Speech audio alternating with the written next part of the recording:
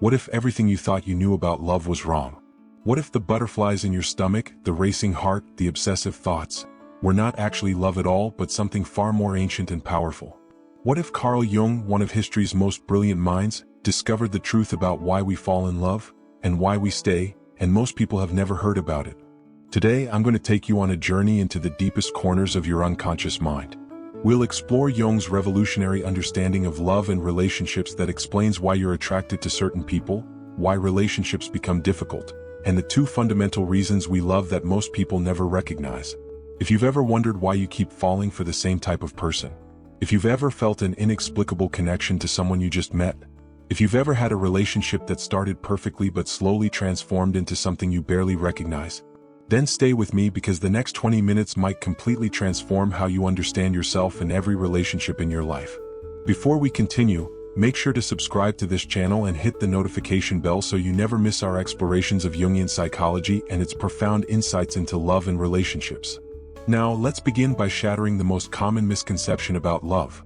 A misconception so widespread that it's embedded in almost every love song, movie, and romance novel.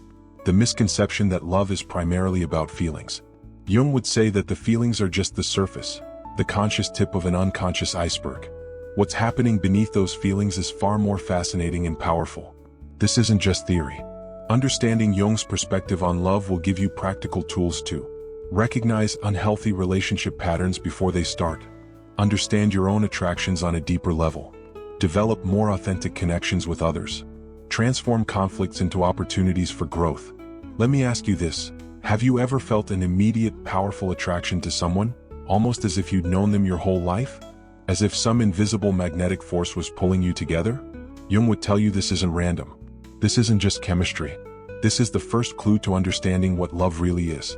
Stay with me because in the next section, I'll reveal Jung's first fundamental reason we love, and it's probably not what you think. Let's dive deeper into what Jung discovered about the unconscious forces driving our romantic choices. Jung proposed something revolutionary about attraction, that when we fall in love at first sight, we're not seeing the actual person. Instead, we're seeing something called the anima or animus, a powerful unconscious force within ourselves that we project onto others. So what exactly are the anima and animus? In Jung's framework, the anima is the feminine aspect of a man's unconscious, while the animus is the masculine aspect of a woman's unconscious. These are not just concepts but living psychological realities that shape our attractions and relationships in profound ways. Are you still with me? Because this next part explains why you might keep falling for the same type over and over again, even when it leads to heartbreak. The anima or animus develops throughout our life, beginning with our earliest relationships. For many people, their first encounter with the opposite sex comes through their parents or caregivers. These early relationships create a template, an unconscious image, of what the opposite sex is like. This explains why some people are mysteriously drawn to partners who resemble their parents, not necessarily in appearance, but in psychological patterns and characteristics. But here's where it gets fascinating, and where many relationships start to break down. When we first meet someone and feel that powerful attraction, we're often projecting our anima or animus onto them. We're not seeing them clearly. We're seeing an idealized image from our unconscious. This is why new relationships often feel magical and perfect. It's not just hormones, though those are certainly involved.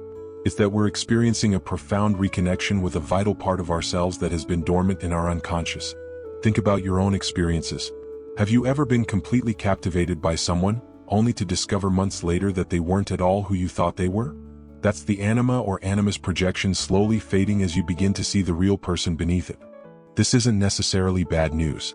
In fact, Jung would say this is where the opportunity for genuine love begins, after the projection fades and you can see the real person. Keep watching because in the next section I'll reveal how these projections create both the most beautiful and most painful aspects of relationships, and how understanding them can transform your experience of love. But first, let's explore what happens when these unconscious projections begin to dissolve. The dissolution of these unconscious projections marks a critical turning point in any relationship. Most relationships that end do so at this stage, when the idealized image we've projected onto our partner begins to clash with reality.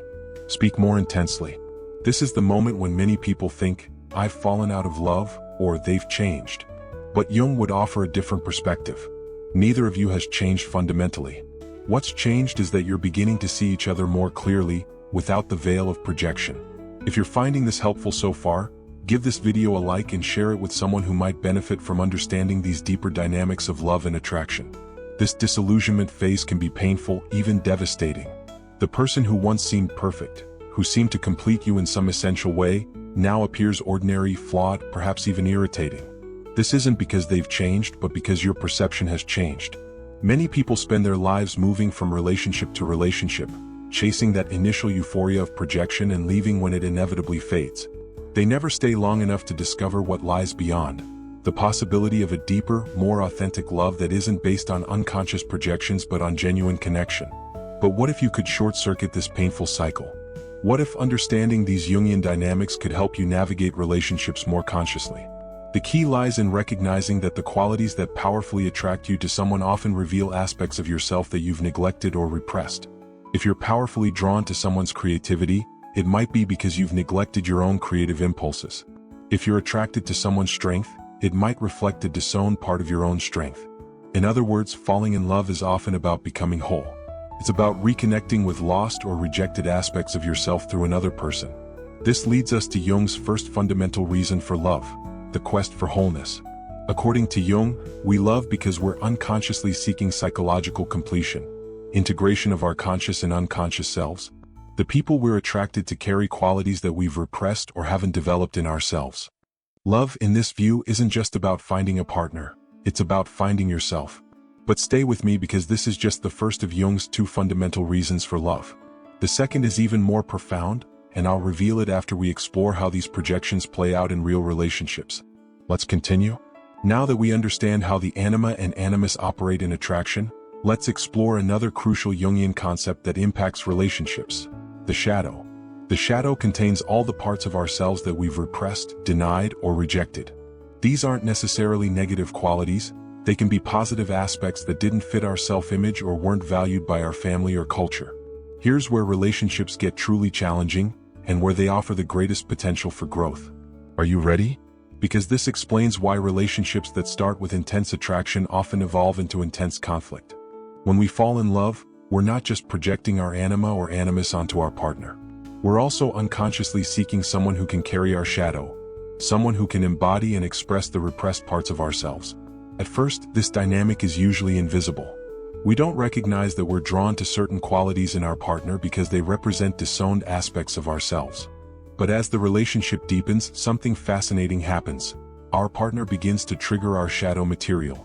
The very qualities that once attracted us may begin to irritate us profoundly. For example, someone might be attracted to a partner's spontaneity and free-spiritedness, precisely because they've repressed these qualities in themselves. Initially, they're enchanted by this quality.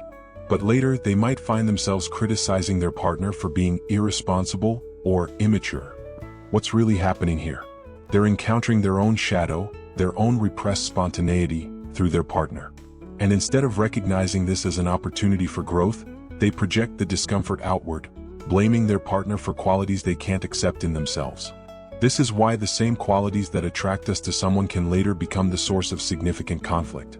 If you've ever wondered why you and your partner seem to have the same fights over and over again, this could be why.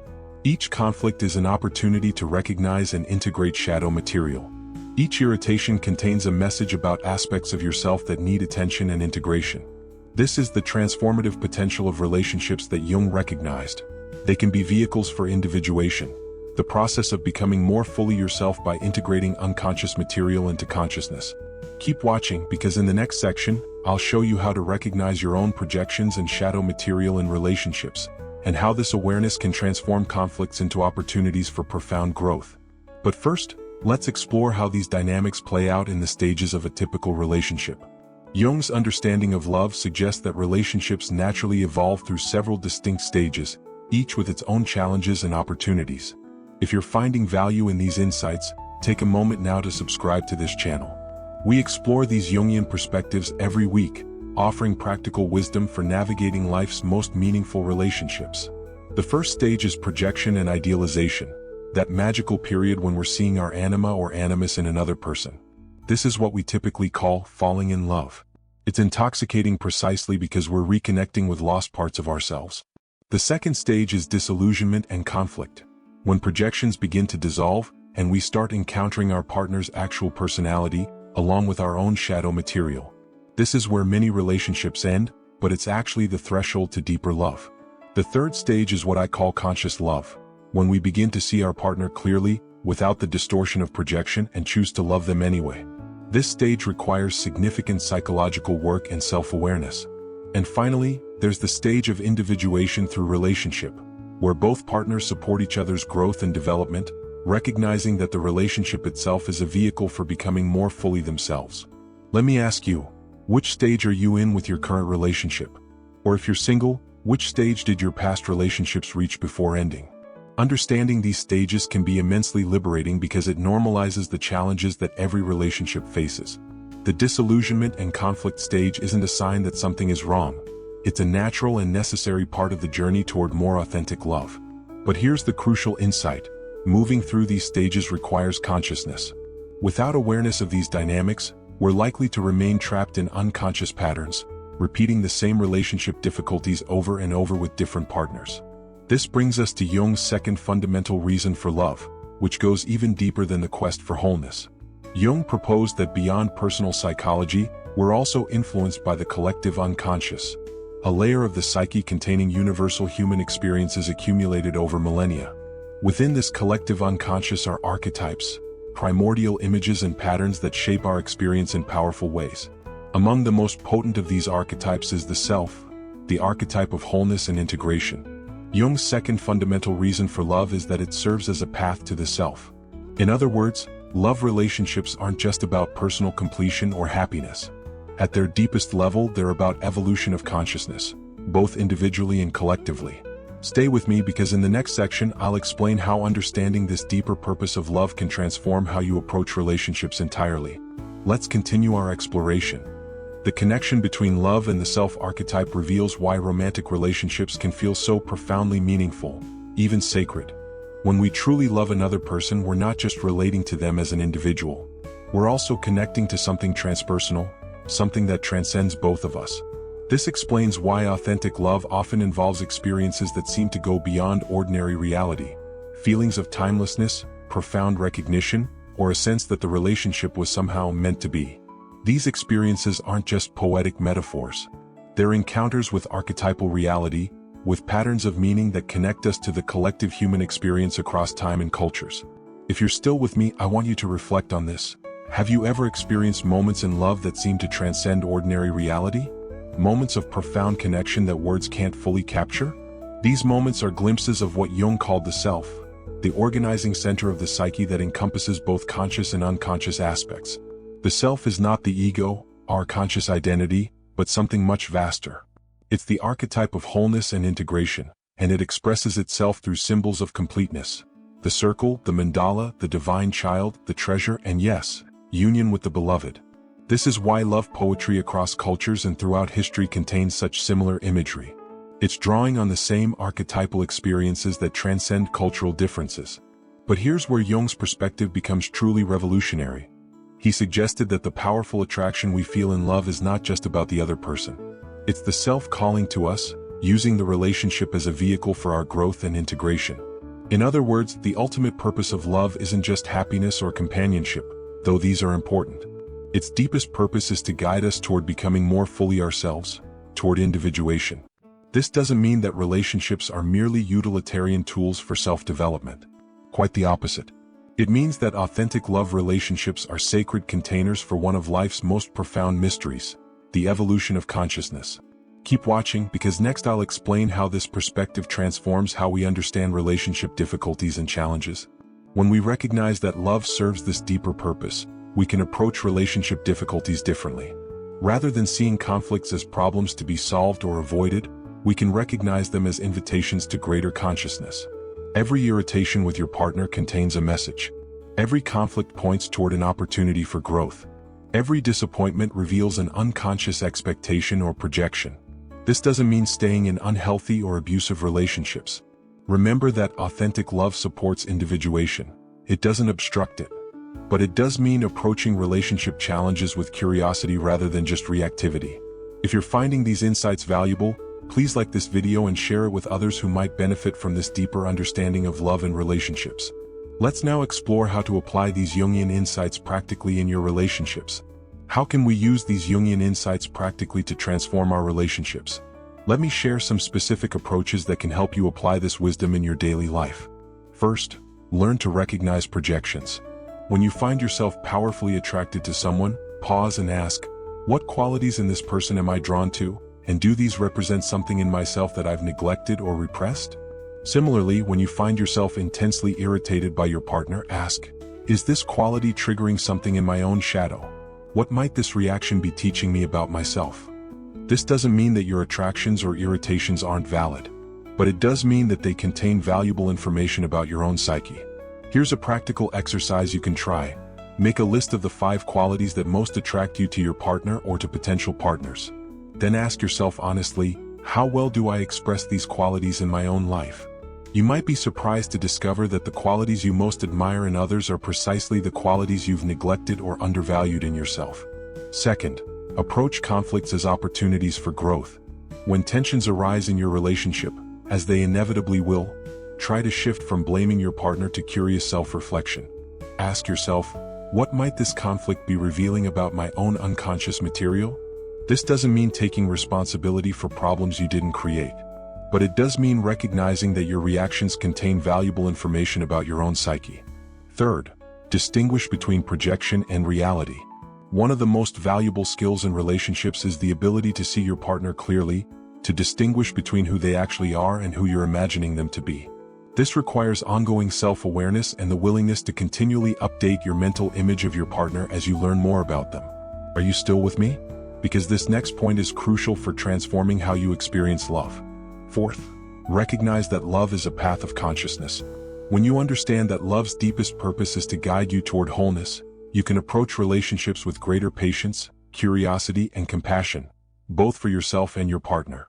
Instead of expecting relationships to simply make you happy, you can recognize them as sacred containers for growth and development. This doesn't mean that happiness isn't important, but it means that growth sometimes requires temporary discomfort. Fifth, honor the archetypal dimension of love.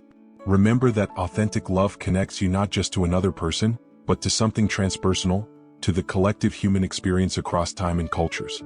This is why certain relationship experiences feel so profound and meaningful. They're not just personal preferences or chemical reactions, they're encounters with archetypal reality. When you honor this dimension of love, relationships take on a sacred quality. They become not just arrangements for mutual satisfaction, but vehicles for connecting to something larger than yourselves. Keep watching because in the next section I'll explain how these insights can transform how you understand attraction and chemistry. Let's continue exploring the practical applications of Jung's insights. One of the most valuable applications of Jung's theories is how they transform our understanding of attraction and chemistry. These powerful feelings that we often attribute to fate or biology can be understood much more deeply through a Jungian lens. What we call chemistry is often the energetic charge of unconscious projection. When you feel that electric connection with someone, you're experiencing the activation of unconscious content. Often the anima or animus, sometimes shadow material, and occasionally even deeper archetypal patterns. This doesn't make the experience any less real or powerful, but understanding its psychological underpinnings can help you navigate it more consciously. If you've been enjoying this deeper exploration of love and attraction, make sure you're subscribed to this channel for more insights into Jungian psychology and relationships. Let's explore some common patterns of attraction and what they might reveal. First, there's attraction to the familiar. Often, we're drawn to people who resonate with our early attachment figures, usually our parents or primary caregivers. This isn't necessarily problematic unless those early relationships were unhealthy.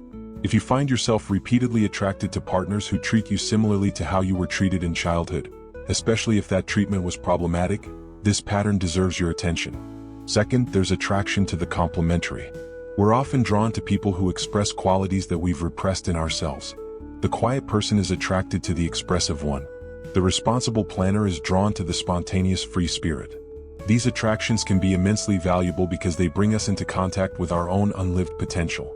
But they can also lead to conflict when we begin to criticize in our partners the very qualities that initially attracted us.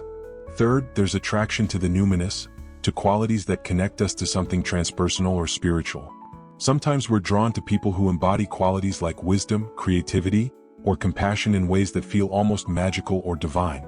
These attractions often have an archetypal quality.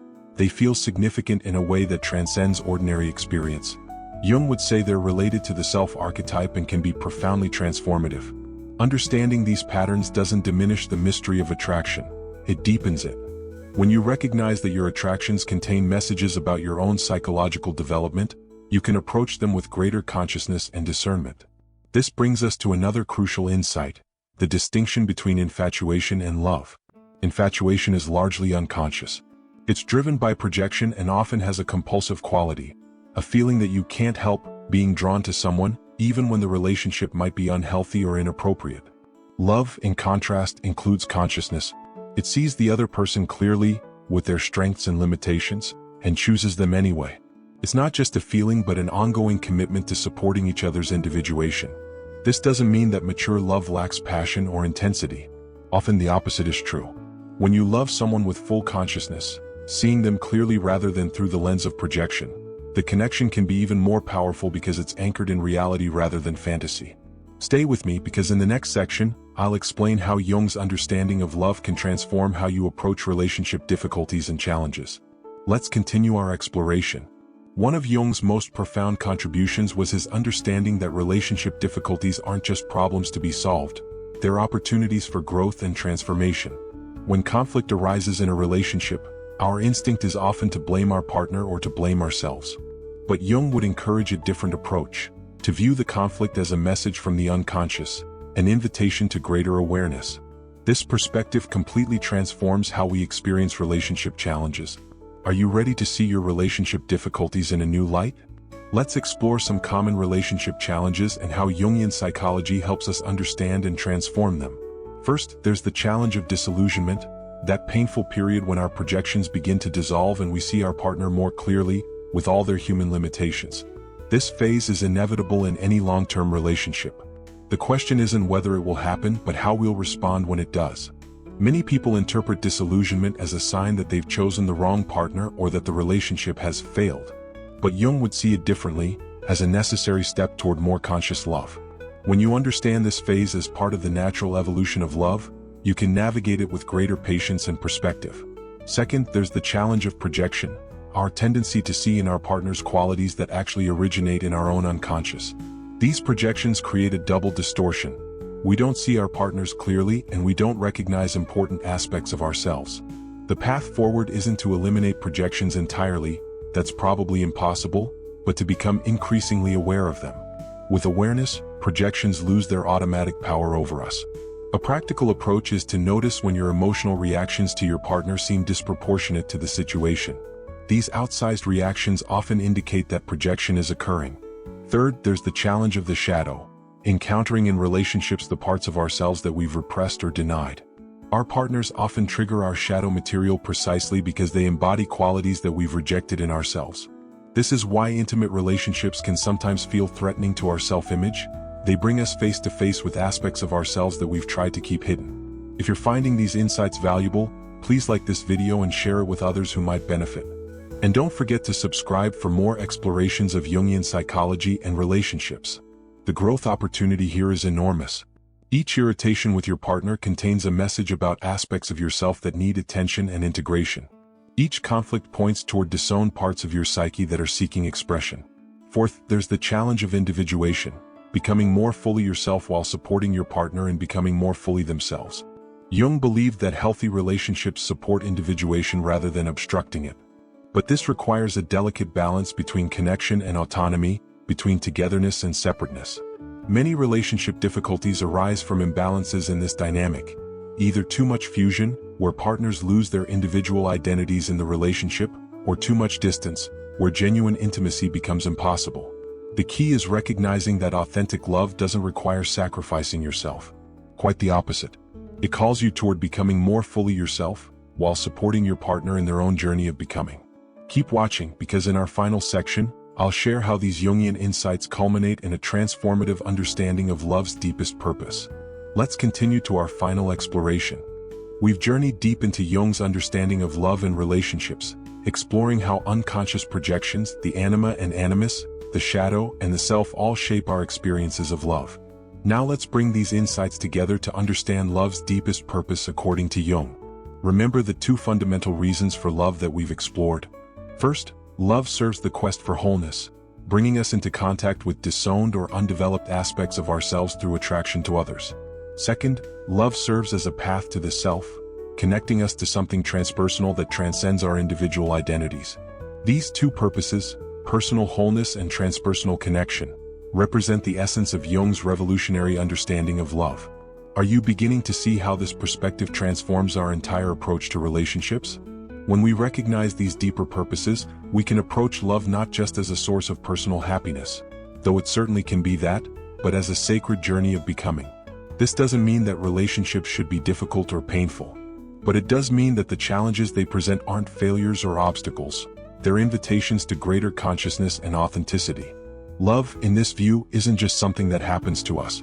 It's something we participate in consciously, bringing awareness to our projections, our shadow material, and our authentic needs and desires. The capacity for conscious love is something we develop throughout our lives. It requires ongoing self-reflection, the courage to face our own unconscious material, and the willingness to see our partners clearly rather than through the distorting lens of projection. This is why Jung believed that genuine love is one of life's greatest achievements. Not something that happens automatically, but something we grow into through psychological work and self-awareness. And here's perhaps the most hopeful aspect of Jung's perspective. Love's capacity to transform us never ends.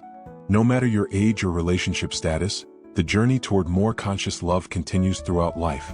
Each relationship, whether lasting decades or only briefly touching your life, offers opportunities for greater awareness and integration. This brings us to a final insight that I hope you'll take with you. Love is not primarily about finding the right person. It's about becoming more fully yourself through your relationships with others. When you approach love from this perspective, relationships become not just arrangements for mutual satisfaction, but sacred containers for one of life's most profound mysteries, the evolution of consciousness. I want to thank you for joining me on this exploration of Jung's revolutionary understanding of love. If you found value in these insights, please subscribe to this channel for more explorations of Jungian psychology and its practical applications in love, relationships, and personal growth. Remember, love is not what you think. It's not just a feeling. It's not just chemistry. It's not just compatibility. Love is a path of consciousness. It's a journey of becoming. It's an invitation to discover not just another person but yourself, and ultimately, something that transcends both. Love is not what you think. Jung's theory of the two deepest reasons. Share this video with someone who needs to hear this message today. And remember to hit subscribe for more insights into the psychology of love and relationships through the lens of Carl Jung's revolutionary work. Until next time, may your journey toward conscious love be filled with insight, courage, and transformation.